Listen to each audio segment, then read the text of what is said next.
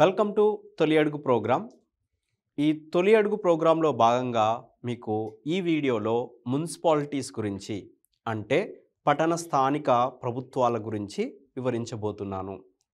So మీకు ఇంతకు ముందు వీడియోలో Panchayati Raj local self government గురించి విలేజ్ లెవెల్లో యొక్క గవర్నమెంట్ విధానం అనేది ఎలా ఉంటుంది అనే దాని గురించి వివరించడం జరిగింది. సో మీకు ఈ వీడియోలో మున్సిపాలిటీస్ గురించి వివరించబోతున్నాను. యాక్చువల్గా ఈ మున్సిపాలిటీస్ కూడా ఇక ముందు వీడియోకి పంచాయతీ రాజ్ వీడియోకి కంటిన్యూయేషన్ యాక్చువల్లీ. ఓకేనా? సో మనం ఫస్ట్ ఈ యొక్క అర్బన్ లోకల్ బాడీస్ అంటాం దీన్ని. ఓకేనా? పట్టణ స్థానిక ప్రభుత్వాన్ని స్థానిక కేంద్రాలని లేకపోతే అర్బన్ లోకల్ బాడీస్ అంటాం. సో ఫస్ట్ హిస్టారికల్ బ్యాక్గ్రౌండ్ చూద్దాం. ఓకే, సో హిస్టారికల్ బ్యాక్గ్రౌండ్లో చూస్తే మనము the era of urban local governance in India started with the formation of Madras municipal corporation in 1687. So మనకు యొక్క మున్సిపాలిటీస్ సింపుల్ లాంగ్వేజ్లో చెప్పాలంటే పట్టణ స్థానిక ప్రభుత్వం గురించి చెప్పాలంటే మొట్టమొదటగా మద్రాస్ మున్సిపల్ కార్పొరేషన్ అనేది ఫామ్ అవ్వడం జరిగింది ప్రీ ఇండిపెండెన్స్ టైంలో 1687 టైంలో. ఆ తర్వాత కల్కత్తా ఫామ్ అవ్వడం జరిగింది. Calcutta municipal corporation and Bombay municipal corporation in 1726. So first ఏది ఫామ్ అయింది? మద్రాస్ మున్సిపల్ కార్పొరేషన్, దాని తర్వాత కల్కత్తా అండ్ బాంబే. ఓకేనా? సో ఇండిపెండెన్స్ రాకముందు ఓకేనా, సో బ్రిటిష్ వాళ్ళు పరిపాలించే సమయంలో లార్డ్ రిప్పన్, ఇది గుర్తుపెట్టుకోండి, మీకు ఎగ్జామ్ పాయింట్ ఆఫ్ వ్యూ చాలా important. Okay, lord Ripon in 1882 ఒక రిజల్యూషన్ పాస్ చేశాడు. లోకల్ సెల్ఫ్ గవర్నమెంట్ ఫామ్ చేయాలి, డెమోక్రటిక్ ఫామ్లో ఉండాలి ఇది అని. అంటే ప్రజల చేత ఎన్నుకోబడాలి ప్రతినిధులు అనే వాళ్ళు. లోకల్ సెల్ఫ్ గవర్నమెంట్లో ఉండే ప్రతినిధులు ప్రజల చేత ఎన్నుకోబడాలి. Okay, democratic formation of local self government అనే విధానాన్ని యొక్క లార్డ్ రిప్పన్ రెజల్యూషన్ పాస్ చేయడం జరిగింది. సో మీరు గుర్తుపెట్టుకోండి, ఈ యొక్క మోడర్న్ ఇండియా నుంచి ఎప్పుడన్నా క్వశ్చన్స్ అడిగినప్పుడు పంచాయతీ రాజ్ అండ్ మున్సిపాలిటీస్ ఎవరు ఎంకరేజ్ చేశారు అంటే, బ్రిటిష్ వారు ఎవరు ఎంకరేజ్ చేశారంటే lord Ripon. Okay, lord Ripon ఒక రెజల్యూషన్ పాస్ చేసి డెమోక్రటిక్ టైప్లో అంటే ప్రజాస్వామ్య విధానం ద్వారా, అంటే ప్రజల చేత ఎన్నుకోబడిన ప్రతినిధులు ఉంటారు కదా, వాళ్ళు యొక్క లోకల్ గవర్నెన్స్ చేయాలి. ఓకే, సిటీల్లో విలేజ్లో వాళ్ళ ద్వారా యొక్క సర్వీస్ అనేది చేయబడాలి అనే విధానాన్ని తీసుకురావడం జరిగింది. ఓకేనా? తర్వాత ఇండిపెండెన్స్ వచ్చిన తర్వాత ఇండిపెండెన్స్ వచ్చిన తర్వాత ఆఫ్టర్ ఎ లాంగ్ స్ట్రగుల్ 1992లో దీన్ని రాజ్యాంగపరమైన మద్దతు ఇవ్వడం జరిగింది. కానీ అంతకంటే ముందు ఇండిపెండెన్స్ వచ్చిన తర్వాత అంతకంటే ముందు భారతదేశంలో అక్కడక్కడ కొన్ని సిటీల్లో కార్పొరేషన్స్ ఫామ్ అవ్వడం జరిగింది. ఎస్పెషల్గా మీరు యూపీ తీసుకుంటే 1953, in 1953 the UP government took a decision to set up municipal corporations in 5 big cities. So యూపీలో ఉండే 5 బిగ్ సిటీస్కి మున్సిపల్ కార్పొరేషన్ తీసుకురావాలి అనే యొక్క విధానాన్ని, డెసిషన్ని యొక్క యూపీ గవర్నమెంట్ 1953లో తీసుకోవడం జరిగింది. ఆ యొక్క 5 సిటీస్ ఏంటంటే కాన్పూర్, ఆగ్రా, కాన్పూర్, ఆగ్రా, వారణాసి, అలహాబాద్ అండ్ లక్నో. సో ఈ 5 సిటీస్ని కలుపుకొని మనం కావెల్ టౌన్స్ అంటాం. సో గుర్తుపెట్టుకోండి, యూపీలో ఇండిపెండెన్స్ తర్వాత ఈ యొక్క 5 సిటీస్లో మున్సిపల్ కార్పొరేషన్ అనేది ఏర్పాటు చేయడం జరిగింది. సో ఈ 1953లో జరిగింది ఇది. ఓకేనా? ఇండిపెండెన్స్ వచ్చిన వెంటనే. సో కావెల్ అంటే కాన్పూర్, వారణాసి, అలహాబాద్, లక్నో, ఆగ్రా. కాన్పూర్, ఆగ్రా, వారణాసి, అలహాబాద్, లక్నో. గుర్తుపెట్టుకోండి, కావెల్ టౌన్స్ అని వేటిని అంటామంటే కాన్పూర్, ఆగ్రా, వారణాసి, అలహాబాద్ అండ్ లక్నో. సో వీటిని మనము కావెల్ టౌన్స్ అంటాం. ఈ టౌన్స్ని మున్సిపల్ కార్పొరేషన్గా యూపీ గవర్నమెంటు చేయడం జరిగింది. సో ఈ 1953 తర్వాత ఆఫ్టర్ ఏ లాంగ్ స్ట్రగుల్ మనం లాస్ట్ వీడియోలో కూడా తీసుకున్నాం. సో మెనీ కమిటీస్ ఫామ్ అయ్యి ఓకే ఫైనల్గా ఎల్ఎం సింఘ్వి కమిటీ ద్వారా ఈ యొక్క పంచాయతీరాజ్ అండ్ మున్సిపాలిటీస్ని కాన్స్టిట్యూషనలైజ్ చేయడం జరిగింది, రాజ్యాంగబద్ధంగా ఫామ్ చేయడం జరిగింది. ఈ యొక్క 73rd and 74th constitutional amendment ద్వారా 1992లో చేయడం జరిగింది. రైట్. సో ఈ యొక్క పంచాయతీరాజ్ అండ్ మున్సిపాలిటీస్ యొక్క హిస్టారికల్ బ్యాక్గ్రౌండ్ నుంచి తెలుసుకున్నాం కదా. ఓకే, పంచాయతీరాజ్ గురించి ప్రీవియస్ వీడియోలో, ఈ వీడియోలో మున్సిపాలిటీస్ గురించి తెలుసుకున్నాం. యాక్చువల్గా ఈ యొక్క కాన్స్టిట్యూషనలైజ్ కాకముందు అంటే రాజ్యాంగబద్ధంగా పరంగా కాకముందు మనకు 1985లో సెంట్రల్ గవర్నమెంట్ ఒక కమిషన్ని ఫామ్ చేసింది. దాన్నే national commission on urbanization. So ఈ యొక్క నేషనల్ కమిషన్ ఆన్ అర్బనైజేషన్ ఒక రీసెర్చ్ చేసిన తర్వాత ఓకే వాళ్ళు కొంత డీటెయిల్స్ కలెక్ట్ చేసి రిపోర్ట్ని సబ్మిట్ చేయడం జరిగింది. సో రిపోర్ట్ సబ్మిట్ చేసిన తర్వాత ఫైనల్గా ఓకే దీన్ని కాన్స్టిట్యూషనలైజ్ చేయడం జరిగింది. ఓకేనా, finally it was the constitution that is 74th amendment act. గుర్తుపెట్టుకోండి, ఇది చాలా చాలా చాలా చాలా important. 74th constitutional amendment act దేనికండి? మున్సిపాలిటీస్. అదే 73rd లాస్ట్ వీడియోలో తీసుకున్నాం కదా, 73rd కాన్స్టిట్యూషనల్ అమెండ్మెంట్ యాక్ట్ వచ్చేసి మనకు పంచాయతీరాజ్. ఓకేనా, పంచాయతీరాజ్ గుర్తుపెట్టుకోండి. ఈ రెండు చాలా చాలా important. Okay, so constitutional status వచ్చింది వీటికి.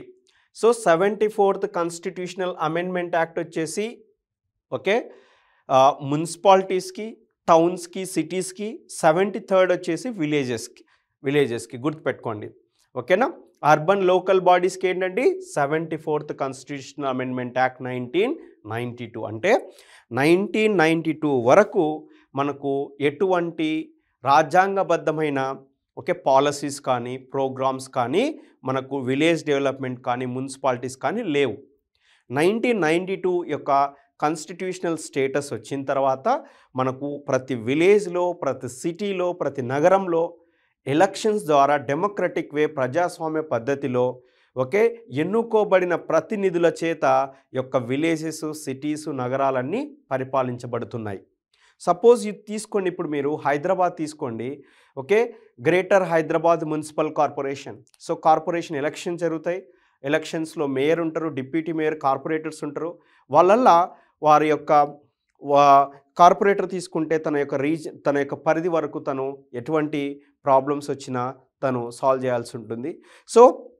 సో ప్రజల చేత అంటే డెమోక్రటిక్ వేలో మనం ఈ మున్సిపాలిటీస్ని లోకల్ సెల్ఫ్ గవర్నమెంట్ విలేజెస్ లెవెల్లో కానీ రూల్ చేయడం జరుగుతుంది.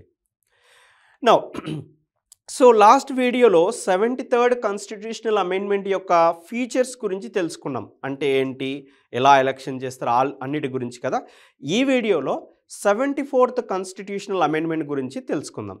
సో బేసిక్ ఫీచర్స్ తెలుసుకుందాం. ఆల్రెడీ నిన్న చాలా మటుకు కవర్ చేసాం లాస్ట్ వీడియోలో.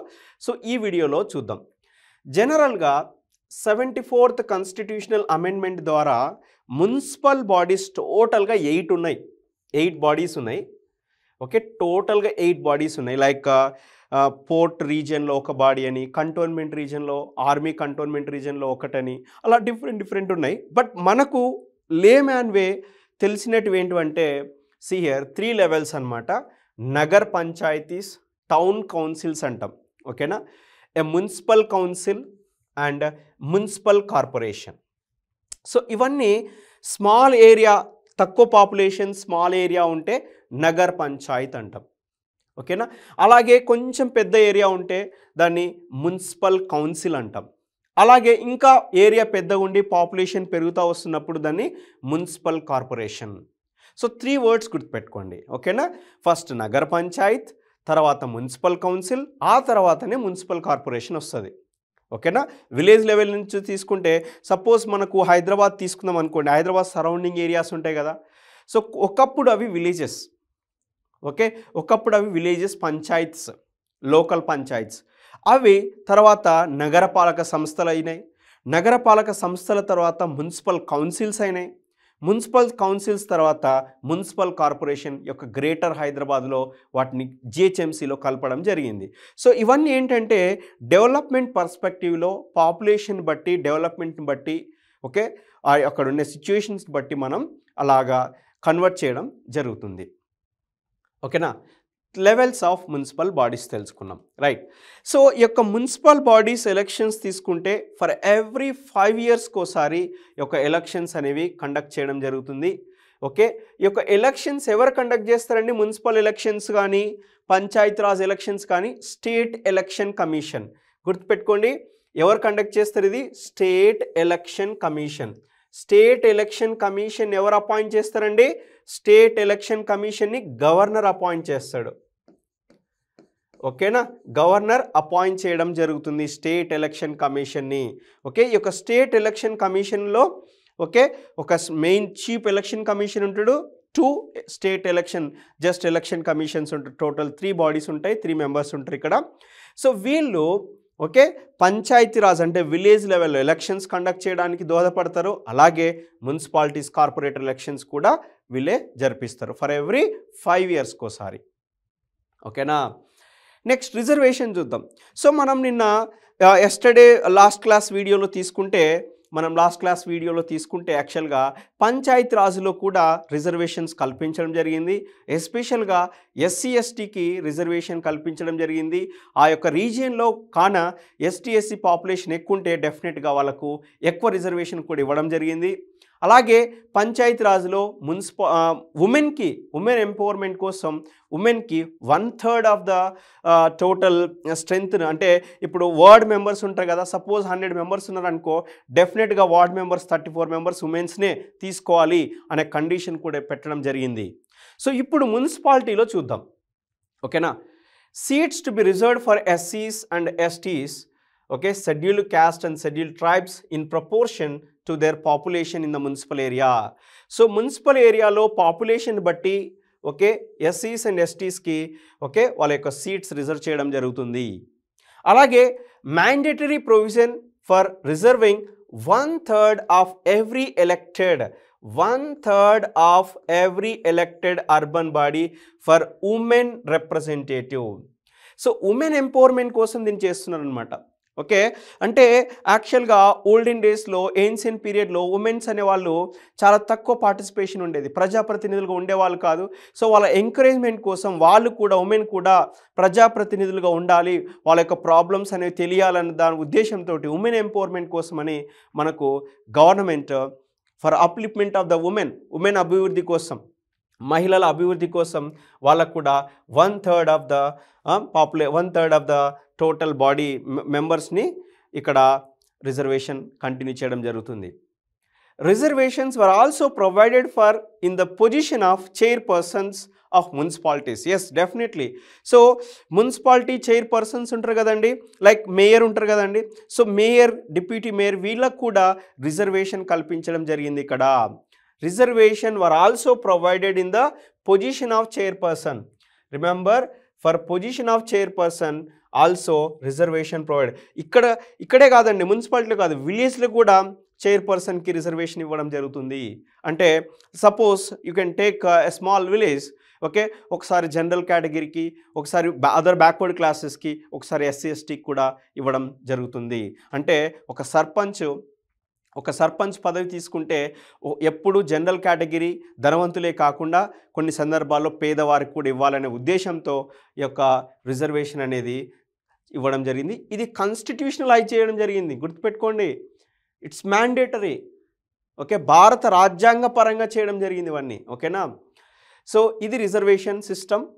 తర్వాత స్టేట్ ఫైనాన్స్ కమిషన్, మనం నిన్న కూడా లాస్ట్ వీడియోలో కూడా తెలుసుకున్నాం కదా. సో ఈ యొక్క స్టేట్ ఫైనాన్స్ కమిషన్ అనేది ఎవ్రీ 5 yearsకి ఒకసారి కండక్ట్ చేయడం జరుగుతుంది. ఈ యొక్క స్టేట్ ఫైనాన్స్ కమిషన్లో ఉన్న సభ్యులందరూ వివిధ రకాల విలేజెస్కి మున్సిపాలిటీస్కి వెళ్ళి అక్కడ రీసెర్చ్ చేసి రిపోర్ట్ కలెక్ట్ చేసి ఆ పర్టికులర్ అర్బన్ ఏరియాకి ఎంత అమౌంట్ కావాలా, ఎటువంటి ప్రాబ్లమ్స్ ఫేస్ చేస్తున్నారు, ఎలాంటి అవకాశాలు కల్పించాలి అనే ఉద్దేశంతో ఈ యొక్క ఫైనాన్స్ కమిషన్ అనేది, స్టేట్ ఫైనాన్స్ కమిషన్ అనేది పెట్టడం జరిగింది. ఫర్ ఎవ్రీ 5 yearsకి state finance commission report state గవర్నమెంట్కి సబ్మిట్ చేస్తుంది. సో రిమెంబర్, గుర్తుపెట్టుకోండి, ఈ మున్సిపాలిటీస్ కూడా అండర్ స్టేట్ లిస్ట్. గుర్తుపెట్టుకోండి, మున్సిపాలిటీస్ కూడా స్టేట్ లిస్ట్లోనే ఉంటాయి. ఈ యొక్క స్టేట్ ఫైనాన్స్ కమిషన్ ఫైనల్ రిపోర్ట్ని ఈ యొక్క స్టేట్ గవర్నమెంట్కి ఇస్తుంది. ఈ యొక్క స్టేట్ గవర్నమెంట్ ఆ యొక్క రిపోర్ట్ని బట్టి ఆ పర్టికులర్ మున్సిపాలిటీకి, ఆ పర్టికులర్ నగరపాలక సంస్థకి వివిధ రకాల విధులను విడుదల చేయడం జరుగుతుంది. అలాగే planning, district planning committee and metropolitan planning committee. So ఈ ప్లానింగ్ కమిటీస్ కూడా ఏర్పాటు చేయడం జరుగుతుంది. ఈ ప్లానింగ్ కమిటీస్ కూడా రీసెర్చ్ చేసి, అంటే డేటా కలెక్ట్ చేసి, ప్రాబ్లమ్స్ వాటి గురించి డిస్కస్ చేసి ఈ యొక్క స్టేట్ గవర్నమెంట్కి రిపోర్ట్ ఇవ్వడం జరుగుతుంది. ఈ ఫైనాన్స్ కమిషన్ అనేది ఎవ్రీ 5 yearsకి ఒకసారి ఉంటుందండి. కానీ ప్లానింగ్ కమిటీ అనేది కంటిన్యూగా ఉంటుందండి, రెగ్యులర్గా. లైక్ మున్సిపల్ ఆఫీస్కి వెళ్తే సపరేట్ ప్లానింగ్ కమిటీ ఉంటుంది. Suppose you can take Hyderabad తీసుకున్నాం కదా, హెచ్ఎండిఏ. సపోజ్ రీసెంట్గా మీరు చూస్తున్నారు కదా, buffer zone like Hydraa, you might be familiar. Hydraa it's like a planning committee, you can say. ఓకేనా? సో భారత రాజ్యాంగంలో 1992 74th కాన్స్టిట్యూషనల్ అమెండ్మెంట్ ద్వారా ఈ యొక్క మున్సిపాలిటీస్ని చేర్చడం జరిగింది కదా. అలాగే 73rd కాన్స్టిట్యూషనల్ అమెండ్మెంట్ ద్వారా పంచాయత్ రాజ్ని చేర్చడం జరిగింది కదా. వాటితో పాటు భారత రాజ్యాంగంలో 11th schedule and 12th schedule కూడా చేర్చడం జరిగింది. 11th షెడ్యూల్ వచ్చేసి పంచాయతీ రాజ్ గురించి తెలియజేయడం జరుగుతుంది. ఈ యొక్క 11th షెడ్యూల్లో పంచాయతీ రాజ్లో అంటే ఒక విలేజ్ లెవెల్లో ఉండే అగ్రికల్చరల్ ఇష్యూస్ కానీ, ల్యాండ్ ఇష్యూస్ కానీ, ట్యాక్స్ ఇష్యూస్ కానీ, ఎటువంటి ఏదైనా డిసీజెస్ ఇష్యూస్ కానీ, దాని గురించి శ్మశాన వాటికల గురించి, వీటన్నిటి గురించి ఒక 11th షెడ్యూల్లో చేర్చడం జరిగింది. అలాగే 12th షెడ్యూల్ వచ్చేసి మనకు మున్సిపాలిటీస్ గురించి వివరించడం జరుగుతుంది. సో గుర్తుపెట్టుకోండి, 11th షెడ్యూల్ వచ్చేసి పంచాయతీ గురించి వివరించడం జరుగుతుంది. 12th షెడ్యూల్ వచ్చేసి మున్సిపాలిటీస్. సో గుర్తుపెట్టుకోండి, 11th షెడ్యూల్ వచ్చేసి Panchayat Raj, village level. Panchayat Raj. 12th schedule వచ్చేసి మనకు మున్సిపాలిటీస్. గుర్తుపెట్టుకోండి, చాలా చాలా ఇంపార్టెంట్. 11th షెడ్యూల్ వచ్చేసి పంచాయతీ రాజ్, 12th షెడ్యూల్ వచ్చేసి మున్సిపాలిటీస్. నౌ 12th షెడ్యూల్లో ఏమున్నాయంటే urban planning including town planning. So గుర్తుపెట్టుకోండి, టౌన్ ప్లానింగ్ ఉంటుంది. అంటే అభివృద్ధి జరుగుతూ ఉంటుంది కదా, విలేజ్ నుంచి చాలామంది సిటీకి ఉద్యోగం కోసం వస్తారు కదా. సో వాళ్ళు కొత్తగా వచ్చి ఇల్లు కట్టుకోవడం, ఫ్లాట్ కొనుక్కోవడం అలాంటివి జరుగుతుంటాయి. సో ఇవన్నీ కట్టుకోవడం, ఇల్లు కట్టుకోవడం కానీ, ఫ్లాట్ కొనుక్కోవడం కానీ, ల్యాండ్ కొనుక్కోవడం, ఏదైనా కానీ ఒక ప్లానింగ్, టౌన్ ప్లానింగ్ రూపంలో జరగాల. ఎలా పడితే అలా కొనడం. సపోజ్ చాలామంది హైదరాబాద్లో సఫర్ అవుతున్నారు, బఫర్ జోన్లో కొని, వాళ్ళకి తెలియక. సో అలాంటి టౌన్ ప్లానింగ్ అనే ఒక డిపార్ట్మెంట్ డెఫినెట్గా ఇక్కడ ఉంటుంది. సో దాన్ని బేస్ చేసుకొని హెచ్ఎండి అంటాం మనం. సో దాన్ని బేస్ చేసుకొని మనం ఏదైనా చేయాల్సి ఉంటుంది. టౌన్ ప్లానింగ్ ఉంటుంది ఇక్కడ 12th షెడ్యూల్లో. Regulating of land use and construction of buildings. Yes, obviously cities లోపల పర్టికులర్ అప్ టు ఇన్ని ఫ్లోర్స్ వరకే లేపాలి, ఇంతవరకే. సో రోడ్ను ఆక్రమించొద్దు, ఇలాంటి కొన్ని రెగ్యులేటింగ్ రూల్స్ ఉంటాయి. సో ఇది 12th షెడ్యూల్లో ఇంక్లూడ్ చేయడం జరిగింది. అలాగే planning for economic and social development. Yes, economic and social development, ఆర్థికంగా సామాజికంగా డెవలప్మెంట్ గురించి చేయాల్సి డిఫరెంట్ పాలసీస్ ఉంటాయి. రోడ్స్ అండ్ బ్రిడ్జెస్ కన్స్ట్రక్షను, వీటి గురించి. Water supply for domestic, industrial and commercial purpose. So డెఫినెట్గా వాటర్ సప్లై అనేది ఉండాలి డెఫినెట్గా సిటీకి, డొమెస్టిక్ కానీ, ఇండస్ట్రియల్ పరంగా కానీ, కమర్షియల్ పర్పస్ కానీ. Public health, sanitation, okay, conservation and solid waste management, fire services డెఫినెట్గా ఉండాలి, ఫైర్ సర్వీసెస్ కూడా. Next urban forestry and protection of environment and promotion of ecological aspects definitely. So కొన్ని సందర్భాల్లో city లోపల ఫారెస్ట్ని close చేసేసి దానిలో కూడా ఓకే నివాసయోగ్యంగా ఏర్పరచుకోవడం జరుగుతుంది. అలాంటివన్నీ క్లోజ్ చేయాల్సి ఉంటుంది. సో అర్బన్ ఫారెస్ట్ని ప్రొటెక్ట్ చేయడం కూడా ఈ మున్సిపాలిటీ బాధ్యత. Safe guarding the interest of weaker section of the society. So సిటీలో ఉండే వీకర్ సెక్షన్ని ప్రొటెక్ట్ చేయడం కూడా ఈ యొక్క మున్సిపాలిటీ బాధ్యతే. Slum improvement and upgradation. So city లోపల స్లమ్ ఉంటుంది, ఆ స్లమ్ వాళ్ళకు ప్రాపర్గా డెవలప్మెంట్ కోసం వాళ్ళకు ఉద్యోగ అవకాశాలు కల్పించడం, గృహ నిర్మాణాలు చేయడం అలాంటివి చేయాల్సి ఉంటుంది. అలా వాటి బాధ్యత కూడా మున్సిపాలిటీస్దే. Urban poverty alleviation. So urban సిటీల్లో ఉండే పేద ప్రజల యొక్క ఓకే పేదరికాన్ని తగ్గించడం కూడా ఈ యొక్క మున్సిపాలిటీ బాధ్యతనే. Cattle pounds, prevention of cruelty to animals. So meat, like you can take simple example meat and chicken. So ఇవన్నీ ఈ యొక్క మున్సిపాలిటీ పరిధిలోకి వస్తాయండి. సో ఎలా అంటే క్రుయాలిటీ అంటే ఇప్పుడు suppose you can take cow slaughter ఉంటుంది కదా, so that is going to be eliminated. We should not encourage that. So అలాంటివన్నీ ఈ మున్సిపాలిటీ పరిధిలోకి వస్తాయి. Public amenities including street lighting, parking LADS, bus stops. So public amenities అంటే like bus stops provide చేయడం, street lights provide చేయడం, parking LADS, ఇవన్నీ కూడా దీని కిందికి వస్తాయండి. బురియల్ గ్రౌండ్స్ అండ్ ఎలక్ట్రిక్ క్రిమేషన్ అంటే శ్మశాన వాటికల గురించి. ఓకే, ఎలక్ట్రిక్ క్రిమేషన్స్ నవేడేస్ అంటే శ్మశాన వాటికలకు ప్లేస్ కావాలి. సో అలాంటప్పుడు మనం ఎలక్ట్రికల్ క్రిమేషన్ కూడా ప్రొవైడ్ చేయడం యొక్క మున్సిపాలిటీ యొక్క బాధ్యతే. సో గుర్తుపెట్టుకోండి ఇవన్నీ, ఓకేనా. సో ఈ యొక్క అన్ని బాధ్యతలు మున్సిపాలిటీ చేతిలో ఉంటాయి.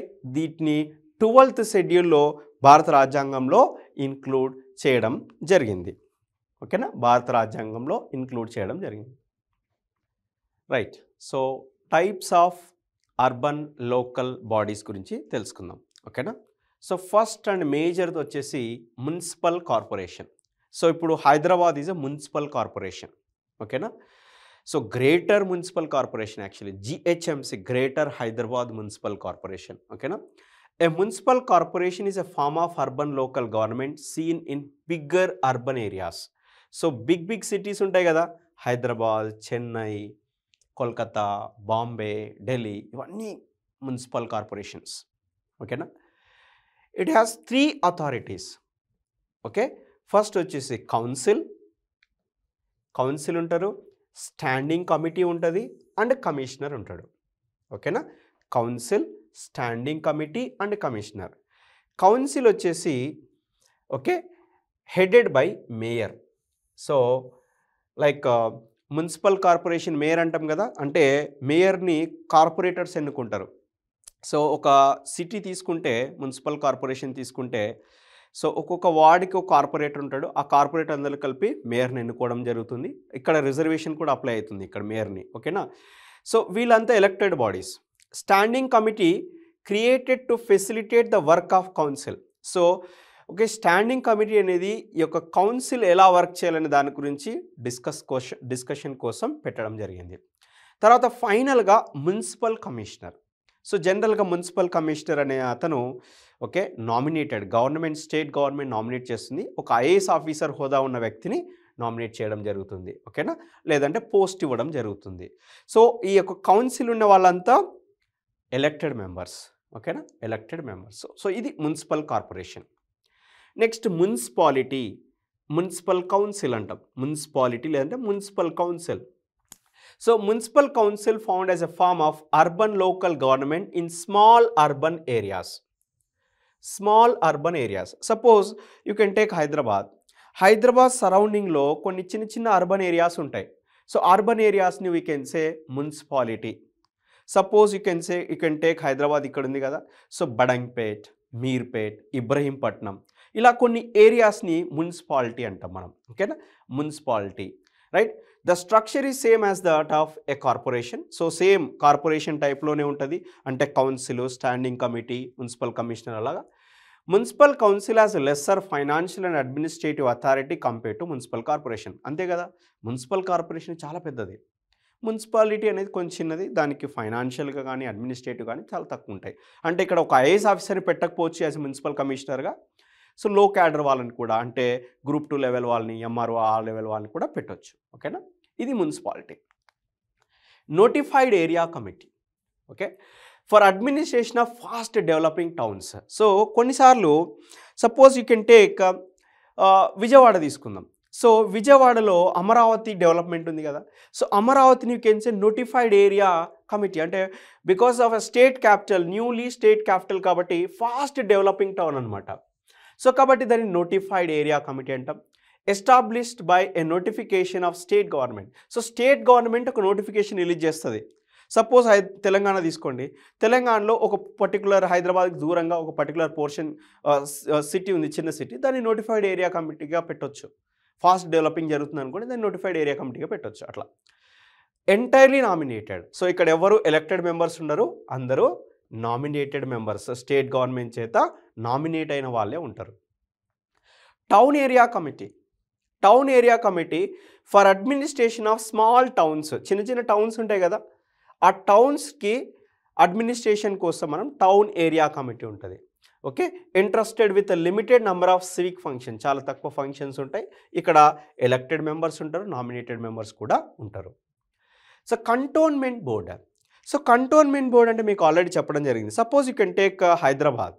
హైదరాబాద్లో ఇక బొల్లారం రీజియన్ తీసుకుంటే దాని కంటోన్మెంట్ రీజన్ అంటే అక్కడ ఎక్కువ defence related, army related functions ఎక్కువ జరుగుతుంటాయి కదా. సో ఆ ఆర్మీ రిలేటెడ్ రీజియన్లో సివిల్ పీపుల్ ఎలా వాళ్ళ యొక్క బాగోగుల గురించి తెలుసుకోవడం కోసం ఒక కంటోన్మెంట్ బోర్డ్ అనేది ఏర్పాటు చేయడం జరుగుతుంది. ఈ కంటోన్మెంట్ బోర్డు స్టేట్ గవర్నమెంట్ చేతిలో ఉండదు, it is under ministry of defence. గుర్తుపెట్టుకోండి, కంటోన్మెంట్ బోర్డు వచ్చేసి మినిస్ట్రీ ఆఫ్ డిఫెన్స్ చేతిలో ఉంటుంది. Ministry of defence for administration of civilian people, civilian population in cantonment area. ఓకేనా, ఆర్మీ ఏరియా కింద సింపుల్ లాంగ్వేజ్లో చెప్పాలంటే ఆ బొల్లారం రీజియన్లో ఆర్మీ వాళ్ళు ఉంటారు, ఎక్కువ ఆర్మీ సంస్థలు ఉంటాయి. ఆ సంస్థల రీజియన్లో నార్మల్ సివిల్ పీపుల్ యొక్క బాగోగుల గురించి తెలుసుకోవడానికి కంటోన్మెంట్ బోర్డు ఉంటుంది అంతే. ఓకేనా, statutory body. Okay, created through a cantonments act.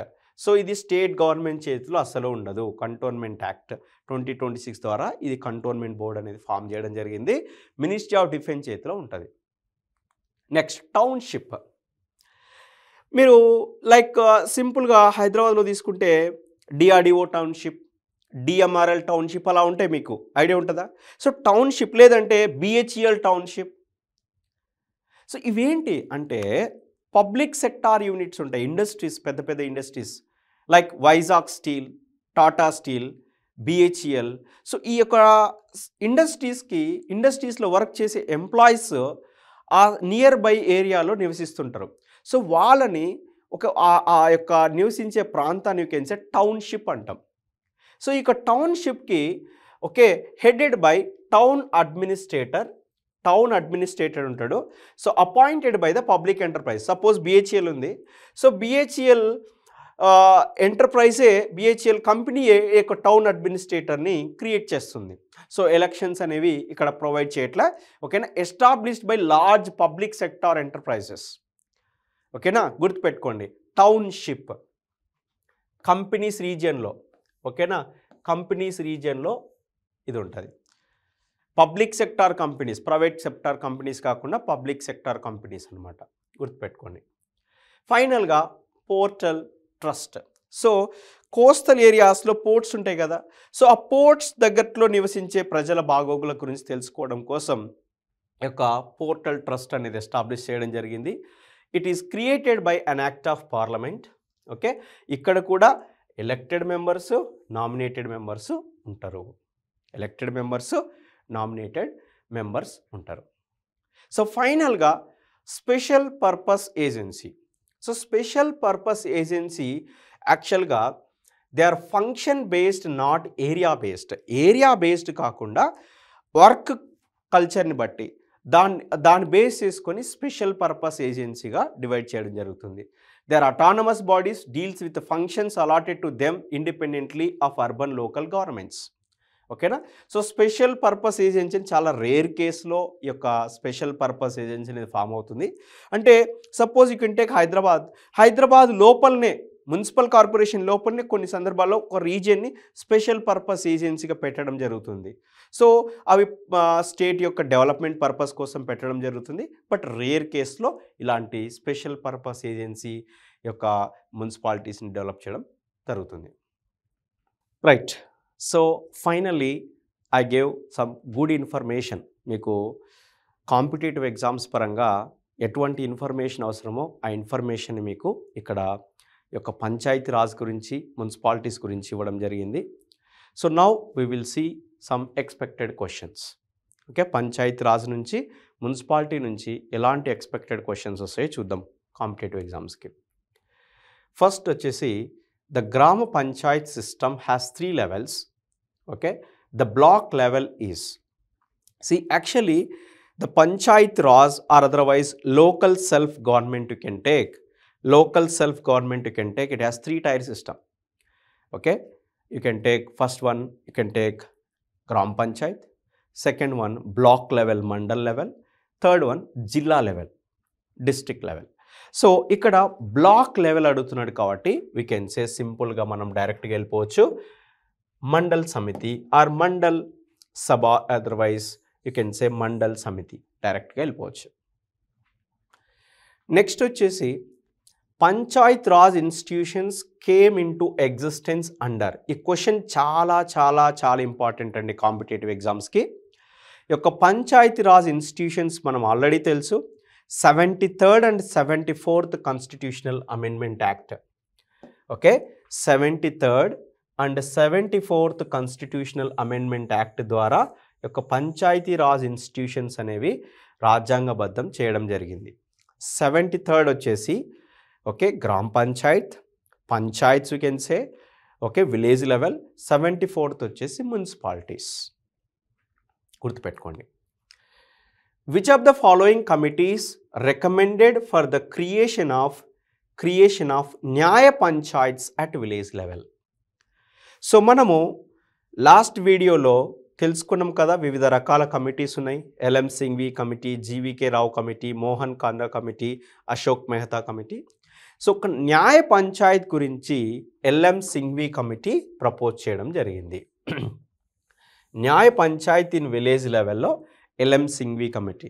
So గుర్తుపెట్టుకోండి ఇంకోటి, ఈ ఎల్ఎం సింఘ్వి కమిటీ తర్వాతనే ఈ యొక్క పంచాయతీ రాజ్ ఇన్స్టిట్యూషన్స్ని రాజ్యాంగపరం చేయడం జరిగింది, అంటే కాన్స్టిట్యూషనల్ స్టేటస్ తీసుకురావడం జరిగింది. సో ఏ కమిటీ ద్వారా ఈ యొక్క పంచాయతీ రాజ్ ఇన్స్టిట్యూషన్స్ని కాన్స్టిట్యూషనల్ స్టేటస్ చేయడం జరిగింది అంటే ఎల్ఎం సింఘ్వి కమిటీ. గుర్తుపెట్టుకోండి. Next, which of the following is not a function of gram panchayat? Which of the following is not a function of gram panchayat? Gram panchayat functions ఏది కాదు దీంట్లో అన్నాడు. C establishment and maintenance of local markets, yes it's a duty of gram panchayat. Transport facilities, no it is not related to the gram Panchayat. So transport facilities is not related to the gram panchayat, it is comes under state. Prevention of contagious okay diseases, అంటువ్యాధులు. So prevention of okay ఈ యొక్క అంటువ్యాధులను రాకుండా చూసుకోవడం అంటే local village లెవెల్లో ఈ యొక్క diseases రాకుండా కేర్ఫుల్గా ఉండడం చేసుకోవడం కూడా ఒక గ్రామ పంచాయతీ యొక్క duty. Lighting of village streets, yes lightning of village streets this also. So this is the answer. Which of the following is not a function of gram panchayat అంటే ట్రాన్స్పోర్ట్ ఫెసిలిటీ ప్రొవైడ్ చేయడం వాళ్ళ డ్యూటీ కాదు. Who can dissolve a Jilla Parishad? Who can dissolve a Jilla Parishad? Very simple, state government. జిల్లా పరిషత్ కావచ్చు, okay mandal పరిషత్ కావచ్చు, గ్రామ పంచాయత్ కావచ్చు, ఏదైనా కానీ ఓకేనా స్టేట్ గవర్నమెంట్ డిసాల్వ్ చేయడం జరుగుతుంది. స్టేట్ గవర్నమెంట్, ఎందుకంటే ఈ మున్సిపాలిటీస్ పంచాయత్ రాజ్ ఇన్స్టిట్యూషన్స్ అన్నీ స్టేట్ గవర్నమెంట్ లిస్ట్లో ఉన్నాయి. So state government will dissolve that. B is the answer. Next, name the Indian state that adapted the 3-tier system of panchayati raj for the first time. ఇది కూడా చాలా important question. So first time ఏ state adapt చేసుకుంది ఈ 3-tier సిస్టమ్ని? Rajasthan. Rajasthan first adapt చేసుకుంది. ఓకేనా? Rajasthan first adapt చేసుకుంది ఈ యొక్క 3-tier సిస్టమ్ని.